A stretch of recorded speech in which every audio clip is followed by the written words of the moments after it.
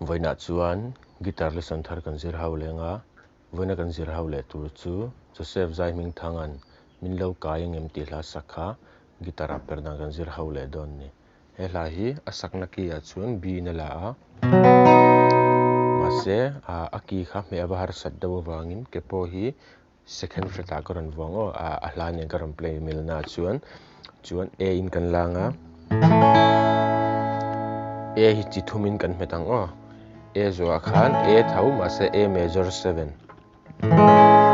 tikhan hei versa kan hmang dona i kuzung chalin third string first fret kuzung line second fret a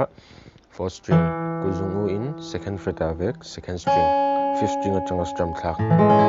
khami kala madreng la i kuzung chal da son chiala a7 anianga khapo kan hmang telanga chuan asanga di ahniama e chuan kuzung chal da son la kuzung te khanin third string second fret ka met tel la kha e sus4 anianga kha kan hmang tel bokanga chuan minor a hin e minor b minor tipona me theya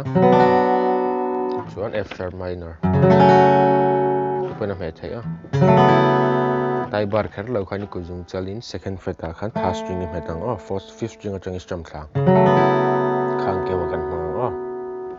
chuan hela po hian strum dan chi khat kan nei lenga tin kan strum ang down down down up kha chord khata vai khat zela kalango tamzo ka chuan down down down up down down down up down down down up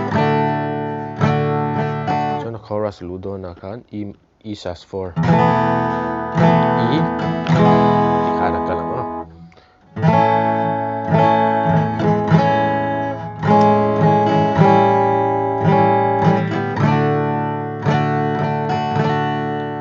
kan strum ang chuan a hlamilin karon play lenga uluk doni lo ngai thlale cheu don nia